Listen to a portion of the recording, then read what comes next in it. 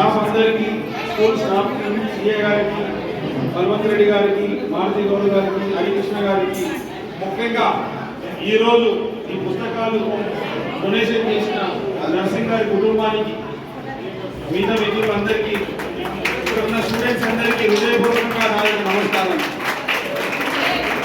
మీరందరూ మంచిగా చదువుకోవాలని ఈరోజు మన ప్రభుత్వం చాలా మటుకు కృషి చేస్తుంది. మేము కూడా మీలాగా కష్టపడే మీ స్థానంలో ఉన్నప్పుడు మేము ఇక్కడ దాకా వస్తాం, మా 7th క్లాస్ 10th క్లాస్ అనుకున్న పరిస్థితి నుంచి ఈరోజు నేను ఎమ్మెల్యేగా అయినాను. అక్కడ మా సిఏ గారు ఉన్నారు. మనం ఏమైతామో మనకు అర్థం కాదు, కానీ మనం చదివే విధం, మన గోల్ ఏదైతే పెట్టుకుంటామో ఆ గోల్కి అనుగుణంగా మనం చదువుకున్నా, మనం కష్టపడితే, దాని గురించి క్రమశిక్షణతోటి ముందుకెళ్తే ఖచ్చితంగా మేము ఏ విధంగా అయితే స్టేజ్ పైన ఉన్నామో మీరు కూడా ఒకరోజు అదే మాదిరిగా స్టేజ్ పైన ఉంటారు. మీరు కూడా చీఫ్ గెస్ట్ అవుతారు.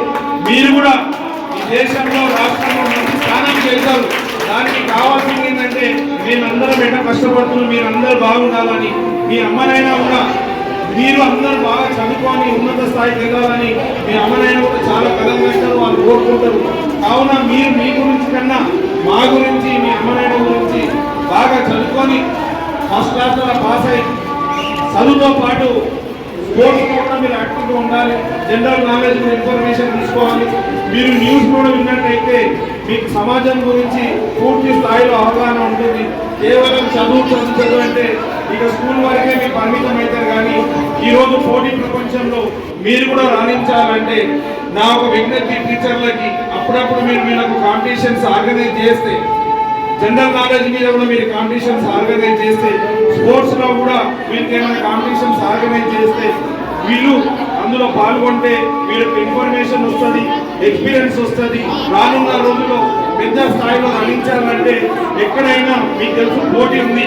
ఒక మీకు జాబ్ కావాలంటే ఎంతో మంది అప్లికేషన్ పెట్టుకుంటే కొంతమందికి వస్తుంది.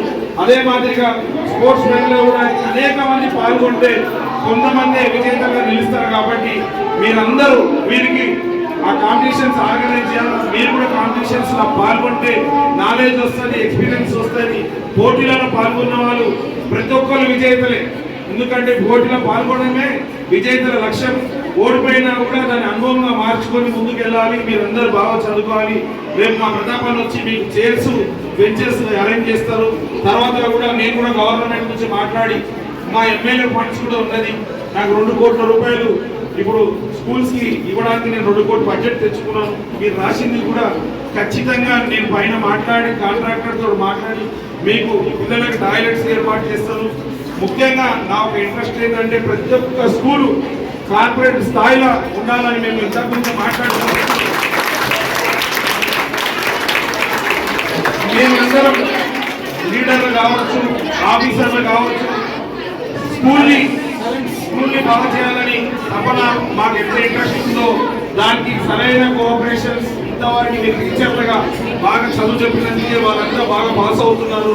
ఇదే మాదిరిగా కూడా మీరు ముందు వాళ్ళతోటి సొంత పిల్లలుగా భావించి వాళ్ళు కూడా బాగా చదువుకున్నట్టు మీరందరూ కృషి చేయాలని, మీరందరూ బాగా చదువుకోవాలని, మళ్ళీ వచ్చినప్పుడు అందరూ మాకు కూడా మీరు ఎంత మార్పు వచ్చిందని తెలపాలని మీ అందరికీ విజ్ఞప్తి చేస్తూ ఈ అవకాశం ఇచ్చిన ప్రతి ఒక్కరికి పేరు పేరున ధన్యవాదాలు.